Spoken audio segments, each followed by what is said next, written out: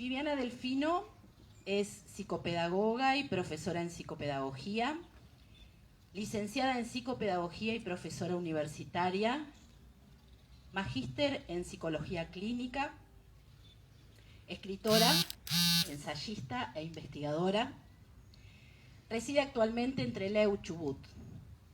Trabaja en la atención clínica de consultorio con niños, niñas y adolescentes, con o sin diagnósticos, con problemáticas en el aprendizaje. Es formadora de docentes. La presentación de un libro es la puesta de largo de un proyecto vital y profesional al que has dedicado una gran cantidad de tiempo y esfuerzo. Supone la culminación de una etapa, pero al mismo tiempo es el inicio de otra. Leía por allí que en la presentación de un libro se da a conocer la obra. Yo me voy a dedicar unos minutos a presentar a la autora, a la persona y a la profesional, porque tengo el placer, yo diría la bendición, de ser su amiga. El 17 de septiembre de 2020, Viviana presentó su libro Pensar y hacer psicopedagogía, con motivos de celebrarse el Día del Psicopedagogo. Acá hay muchas colegas que saben que ese día celebramos el Día del Psicopedagogo y también el Día del Profesor. Lo hizo frente a un grupo de colegas psicopedagogas del Colegio de Profesionales de la provincia. En ese momento, por cuestiones de la vida, no pude estar para presentarla, pero hoy sí. Puedo hacerlo con muchísimo gusto.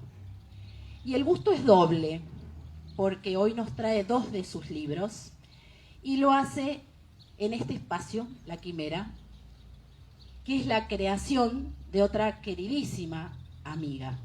Así que, gracias, Paula. El primer aplauso, que sea para ella.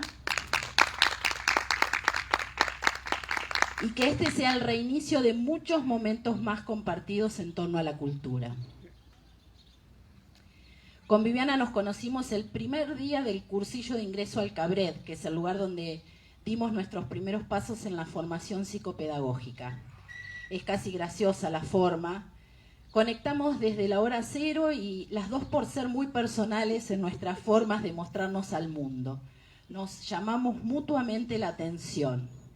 Si hubiera una foto de ese momento, yo la guardo reconstruida a partir de las tantas veces que hemos vuelto a recordarlo. Tenemos pavas y pavas de mates compartidos. En ella, presencia y rebeldía. Observadora nata, muy observadora. Crítica y reflexiva.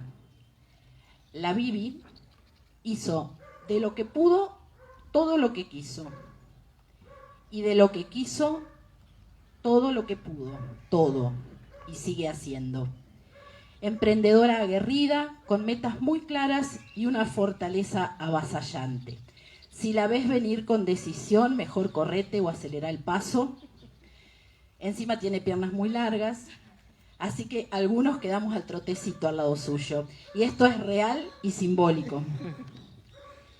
Y ya que menciono sus piernas largas, también les cuento que incursionó en las pasarelas. Eso sí, mira, se ríe Paula. Fuera de broma, y yo la iba a ver. Eso sí, nunca improvisada. Primero se capacitó y después lo disfrutó como cada cosa que ha hecho en su vida. Mientras estudiábamos, fue voluntaria en el Hospital de Niños de Córdoba y participó de talleres literarios. Seguro que hizo más cosas y yo me olvidé, pero la he visto construir varias veces. Diseña, proyecta, se organiza y lo hace posible en circunstancias que cualquier mortal colgaría los guantes. Es súper organizada, curiosa al 100%, apasionada al 1000%, creativa.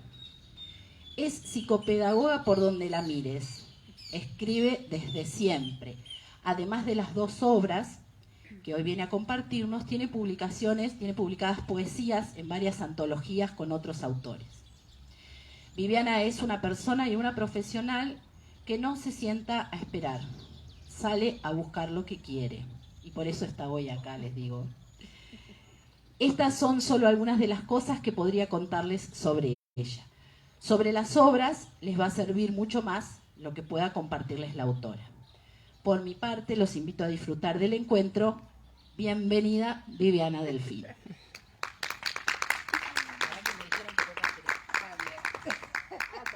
Pregunté si no iba a quedar pegada, no, está todo bien. Tú también. Bueno. Si hay alguien que me conoce, es Gaby, en el trayecto profesional, ¿no? En estas obras confluyen dos grandes pasiones, ¿no? Que es la escritura y el ejercicio profesional, que a lo largo de toda mi trayectoria, ¿no? En el ejercicio práctico, requiere, o por lo menos a mí me ha resultado así, ¿no? Como una observación no del otro, no de las escenas donde están los otros, sino de una propia autoobservación, autocrítica, como para poder dar cuenta de una práctica en un escrito, ¿no? Yo reniego un poco en esta cosa que dice Gaby de la rebeldía, ¿no? Pero por ahí, cuando yo decido publicar mis escritos, voy buscando estructuras de textos que no sean por ahí las que uno está acostumbrada, ¿no? En la formación, que es, por ejemplo, seguir los casos, ¿no? Y hablar, formular preguntas o cuestiones teóricas a través de la casuística. Cuando uno tiene en sus manos una tarea práctica, la casuística lo es todo. Es decir, ¿no? Uno puede estudiar 1000 años, pero la práctica, el encuentro con el otro es lo que nos va construyendo, ¿no? En esta búsqueda, entonces, de ver de qué manera poder dar cuenta de un trabajo, aparece el primer libro, Entre Cuerpos y Locuras. Esta es la primera edición de 2013, después en el 2019 hay una nueva edición ilustrada en ebook, en ese formato digital. En esto yo encuentro, es mi experiencia en una institución con el abordaje grupal a pacientes con discapacidad mental y diagnósticos psiquiátricos, juntos, ¿no? Como si fuese poco uno, ambos, ¿no? ¿Qué me pasaba a mí con ese trabajo y la escritura? Yo iba escribiendo en cualquier papel que encontraba en el ejercicio cotidiano, ¿no? De mi tarea en la institución, y empezaba a dar cuenta de lo que me pasaba con esos pacientes, ¿no? De lo que les pasaba a esos pacientes y de lo que me iban dejando. Yo hago una aclaración, soy psicopedagoga porque amo aprender, ¿sí? Más allá de que es mi objeto, o el objeto, digamos, de esta disciplina, ¿no? El objeto de estudio, a mí me hace ser psicopedagoga la constancia, la constante apertura hacia el aprender. Y el aprender, vuelvo a rescatar la tarea para, ¿no? Porque uno puede estar formado, debe estar formado, digamos, teóricamente, etcétera, etcétera, ¿sí? Académicamente, pero la tarea concisa, precisa, con el encuentro del otro es ahí donde uno enriquece justamente la formación dentro de lo que es la práctica. Buscando entonces una estructura de texto, aparece la decisión, después de mucha reflexión y divague, de tomar esos escritos espontáneos y construir, ¿no? un relato narrado. Entonces, este libro contempla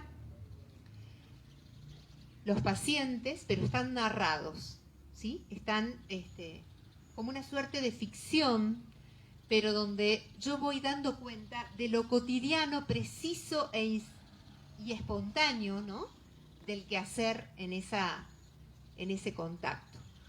Es un libro que me ha traído muchísimas gratificaciones de estas. Cuando uno suelta un libro, lo suelta y no sabe, digamos, ¿no? ¿Qué va a pasar con ese libro? Hay que trabajar mucho. Yo tuve que trabajar muchísimo eso, ¿no? Porque es una parte de uno y entonces vos te pones a pensar, bueno, ¿servirá, no servirá? ¿Qué le pasará al otro cuando lo lee? ¿Lo leerán? ¿No?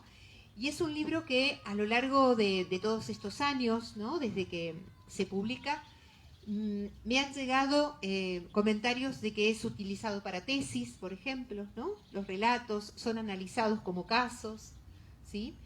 Han extraído de este libro cosas, enseñanzas, digamos, que eso es muy fuerte, ¿no? Las cosas que uno va construyendo del encuentro con los otros. El segundo libro, que tiene una edición de diciembre del 2019, con muchas presentaciones truncas por la pandemia, digamos, así que ahora lo vamos a activar. Esa es mi decisión, porque hay que darle vuelo, digamos, para que también se conozca. Es el ILVAM que yo voy encontrando a través de la práctica clínica, ahora sí, ya de consultorio, ¿no? Tal como decía Gaby, yo trabajo con niños, niñas y adolescentes con diagnóstico o sin diagnóstico, con discapacidad de todo tipo, ¿sí? De todo tipo, porque en realidad a mí los diagnósticos y la discapacidad no me priva. Yo trabajo con niños, la esencia, ¿no? Niños, niñas y adolescentes. Voy hacia el sujeto. ¿Cuál es su condición? Es un asunto mío, que yo me formo cada vez, digamos, que llega un caso. Y entonces este libro empieza a armarse en mi cabeza con una pregunta. Digo, ¿qué hacemos las psicopedagogas y los psicopedagogos con tantas formaciones y tantas líneas, ¿no? Que hoy en día están, tantas formaciones dispares de base, tantas formaciones de posgrado también con líneas totalmente distintas? ¿Qué hace que esto sea efectivo? ¿No? Yo ya tengo una larga trayectoria en la clínica, por lo tanto me permite analizar justamente qué ha pasado con algunos pacientes, o por suerte con varios, con muchos, podría decir, que empieza a resultar la tarea, ¿no? De la intervención. Pero ¿qué hacemos? ¿No? ¿Qué es lo que ponemos en juego ahí, más allá de nuestras líneas teóricas? Porque creo que muchas son efectivas, no tomo posición por ninguna. Al contrario, yo creo que la psicopedagogía clínica es una tarea holística y que debemos estar formadas en muchos flancos, ¿sí? Porque es compleja y porque es constante, porque el sujeto es siempre un único, ¿no? En su singularidad, y nos permite todo el tiempo estar activas pensando en la tarea, ¿no? que hacemos. Entonces reviso una posición, defino la psicopedagogía desde la tarea clínica, ¿no? Como una tarea que tiene que ver con un saber, ¿no? Con un saber hacer que es constante, dinámico, ¿no? Que requiere de un ejercicio de redefinición del sujeto y objeto que abordamos todas las veces que tengamos necesidad, ¿no? Cuando se presenta un niño que rompe con todos esos esquemas armados. Yo trabajo con niños con discapacidades y diagnósticos extrañísimos, ¿no? Que siempre lo charlamos con Gaby.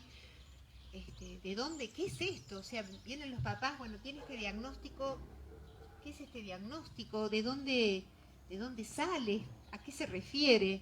¿No? Eso me ha permitido justamente dejar un diagnóstico de lado, no por desconocerlo, sino porque yo no trabajo desde el diagnóstico, sino que trabajo justamente en la búsqueda a partir de esta cuestión diagnóstica, ¿sí? De ese sujeto que está ahí, ¿no? Entonces, a mí me preguntan a veces, por lo menos en el contexto donde trabajo actualmente, ¿no? En la ciudad de Trelew y alrededores, me dicen, ¿vos trabajás con tal diagnóstico? ¿Sos especialista? Y yo la verdad que digo que no soy especialista en TEA, por ejemplo, no soy especialista en ciegos, como me preguntó una mamá. En realidad, yo me especializo en el aprendizaje, ¿no? Yo creo que ahí está la fuente nuestra de nutrición, ¿no? De que podemos justamente pensar la realidad de cualquier sujeto que nos llega, ¿sí? Sabiendo mucho cada vez más de lo que es el aprendizaje, ¿no? Estamos en un tiempo con grandes desarrollos teóricos de muchísimas líneas que pueden nutrir, complementar la concepción sobre el aprendizaje. Estoy hablando desde la filosofía cognitiva, la antropología cognitiva, estoy hablando de la antropología pedagógica, estas ramas tan novedosas, ¿no? Pasando por todas las teorías cognitivas, obviamente, las que tienen relación más con lo vincular, hasta el aporte grandioso que hace la neurociencia, ¿no? Sobre el funcionamiento de nuestro cerebro. Todas estas líneas yo creo que aportan a una visión, ¿sí? Que tenemos que aprender a escribir, conceptualizar, encontrarnos con esa idea que a veces la usamos de forma intuitiva, espontánea, ¿no? Y no sabemos exactamente, si no la ponemos ahí, ¿no? A la vista de uno, como un poquito separado de uno, cuánto abarca, ¿no? Ese aprendizaje. Entonces, en una segunda parte, analizo y reconceptualizo en función de todo este pensamiento lo que es el aprendizaje y por lo tanto inmediatamente lo que es el sujeto de la psicopedagogía, ¿no? Caigo en la cuenta, justamente por concebir en sentido amplio el aprendizaje, que siempre es con un otro o con un entorno inmediato, ¿no? Que nos provee de elementos los cuales uno va tomando, que el sujeto no puede ser uno solo de la psicopedagogía, ¿no? Hay un sujeto de la psicopedagogía que es los padres, la familia, los hermanos, los abuelos, los cuidadores, ¿no? Los adultos cuidadores, que a veces yo he trabajado con abuelas, con tías, con niñeras, ¿sí? Entonces digo, está bien, el sujeto, nuestro paciente es el sujeto principal, pero ese sujeto depende de todos estos sujetos e incluso depende de nosotros mismos. Entonces, yo fundamento, digamos, o trato de fundamentar que también como psicopedagogos, somos sujetos propios de la disciplina. ¿Por qué digo esto? Por esto que dije antes, porque tenemos líneas de trabajo, líneas teóricas que nos fundamentan, ¿sí? Porque creemos que justamente en una u otra interpretación de las observaciones que hacemos, ¿no? Entonces nosotros estamos involucrados también, ¿no? En esto que vamos construyendo con el sujeto. Después reviso un poco lo que es el diagnóstico psicopedagógico, también le doy unas vueltas, lo analizo en función de, y lo comparo, digamos, con el diagnóstico que podemos hacer a través de test, ¿no?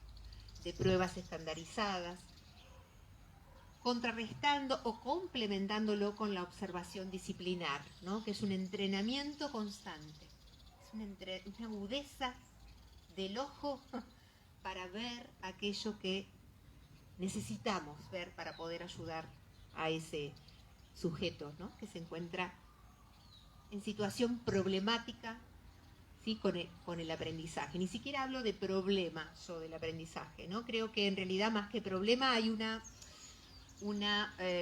cuestión que a veces está quebrada, digamos, o no concuerda entre lo que el sujeto trae y lo que el entorno pide, ¿no? Como que ahí hay un quiebre, porque sabemos que siempre estamos aprendiendo, justamente por los aportes de las neurociencias, entonces no podemos decir que este niño no aprende, ¿no? Tenemos que ver qué circunstancias, quién está pidiendo, qué está pidiendo el otro, para poder decir que este niño, niña o adolescente no está aprendiendo.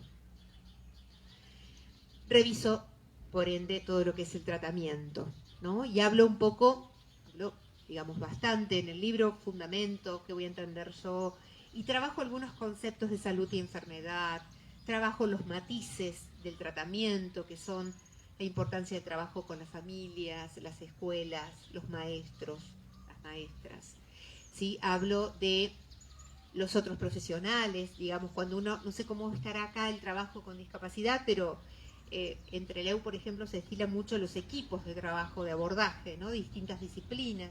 ¿Qué hacemos en los tratamientos interdisciplinarios, ¿no? ¿Cómo nos posicionamos desde la psicopedagogía para trabajar con otros colegas, con audiólogos, con el neurólogo, etcétera? Y trabajo con el concepto de matices porque creo que en los tratamientos a veces uno de estos aspectos recobra mayor importancia en algún momento y en otros lo tenemos que como dejar ahí, ¿no? Como en una especie de suspensión, aunque siempre estamos viéndolo, pero focalizar en uno o en otra cosa a medida que va transcurriendo el tratamiento. El tratamiento tiene que haber cambios, ¿sí? Tiene que haber tratamiento, ¿se entiende? ¿No? No podemos, a veces me desespera un poco observar cuando uno trabaja con discapacidades severas o con diagnósticos muy complejos, que haya topes. No me gustan los topes, no me gustan los techos.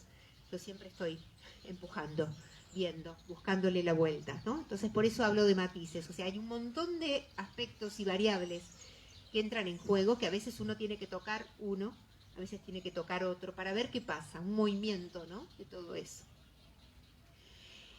Lo que atraviesa ambos libros justamente es el aprendizaje hacia el otro, ¿no? El trabajo con locos, así, tal cual, implicó para mí el aprendizaje del registro descabellado de la singularidad, ¿no? Descabellado, porque no entran en ningún libro, no están establecidos, ¿no?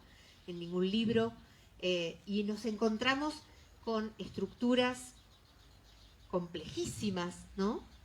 Que si nos guiamos por los diagnósticos, justamente, esto es lo que me enseñan estos loquitos hermosos y maestros para mí, es que si nos guiamos con el DSM, ya está, no necesitamos mucho más que eso.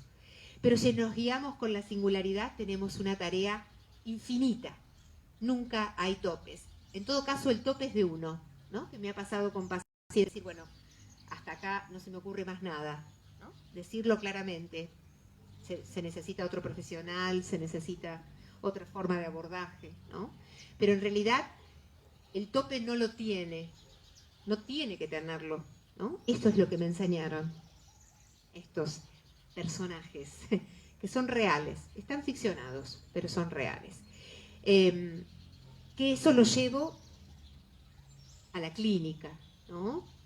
Y uno va gestando esa práctica de una forma,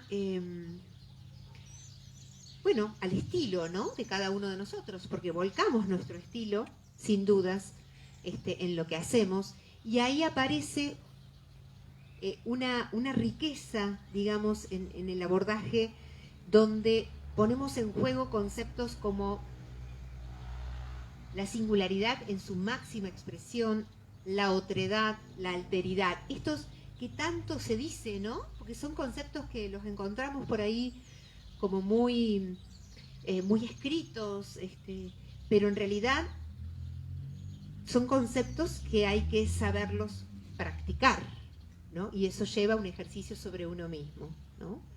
Entonces, por eso digo que hila, digamos, esta impronta de... Yo creo que estos dos libros tienen que ver un poco con lo que he aprendido, ¿no? De alguna manera, a través de todo mi ejercicio profesional. Por último, y después me gustaría que se arme un debate, digamos, para saber cómo lo piensan ustedes, algunas de las cosas que he podido decir o algunas preguntas que puedan surgir. La psicopedagogía necesita escritura. Necesita escritura. Porque en los últimos tiempos, dadas las circunstancias educativas, ¿no? Y de salud, porque bueno, yo planteo que la psicopedagogía trabaja en la intersección, ¿no? De estos dos grandes cuerpos o sistemas sociales, ¿sí? Me paro ahí, en esa intersección, tenemos que saber la lógica de uno, entender la lógica del otro, ver cómo ensamblamos ahí, porque en esa intersección hay un niño o una niña, ¿no? Entonces tenemos que estar atentos permanentemente a esa a veces choque de fuerzas, ¿no? De un parámetro, de otro parámetro, ¿no? ¿Quiénes son los agentes de un cuerpo y de otro cuerpo, ¿no? Y nosotros ahí mediando esa cuestión, ¿no? Entonces, digo, hay que escribir sobre nuestras prácticas pensando que son realmente aportes epistemológicos disciplinares, ¿no? Porque son tiempos muy, muy enriquecedores para la tarea disciplinar psicopedagógica. Con la pandemia creo que nuestra participación ha sido fundamental en muchos de los casos, no solamente en la continuidad de los trabajos con los niños, sino en sostener familias enteras, ¿sí? Ante una escolaridad que se planteó en aislamiento institucional, que se trasladó a un terreno del hogar, ¿no? No sé cómo lo han organizado ustedes, digamos, pero bueno, yo empecé, apenas empecé a trabajar en la presencialidad, vino el ASPO, digamos, el aislamiento, las reglamentaciones sanitarias y demás. Inmediatamente me reacomodé como pude para la virtualidad, sin saber exactamente qué iba a pasar con eso, que creo que nos ha pasado a todos, digamos, no sabíamos qué iba, pero bueno, ahí estábamos, ¿no? Como figuras de sostén, al menos, de algún otro, oficiando nosotros de ese otro para consulta, para escuchar a madres desesperadas, a padres sin saber qué hacer, ¿no? Con toda la escuela que por momentos y en algunos casos era un camión volcador, ¿no? Con tareas que llegaban a la casa y papás en situaciones, familias en situaciones críticas, sin saber cómo metabolizar toda esa cuestión. Y luego, a partir de agosto, bueno, particularmente vuelvo a la presencialidad, pero fluctuando, porque familias que caían con COVID, seguíamos virtual, ¿no? Situaciones que se modificaban y volvían. Entonces, ha implicado un gran aprendizaje para la tarea psicopedagógica, que me parece que hay que empezar a registrarla como, insisto, como aporte epistemológico disciplinar, ¿no? Yo creo que hemos ganado justamente a partir de la práctica un lugar relevante, ¿no? Disciplinar, profesional, incluso en el ámbito de la investigación también, ¿no? Bueno, de esto más o menos se tratan estos dos trabajos, digamos, volcados en formato libro.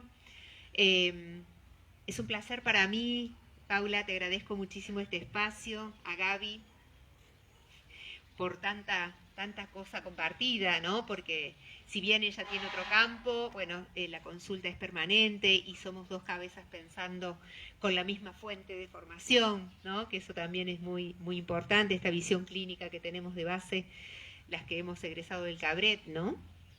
Que es una dentro de las tantísimas que circulan en este tiempo. Así que bueno, agradezco muchísimo la presencia de ustedes y bueno, las escucho, a ver qué quieren hablar.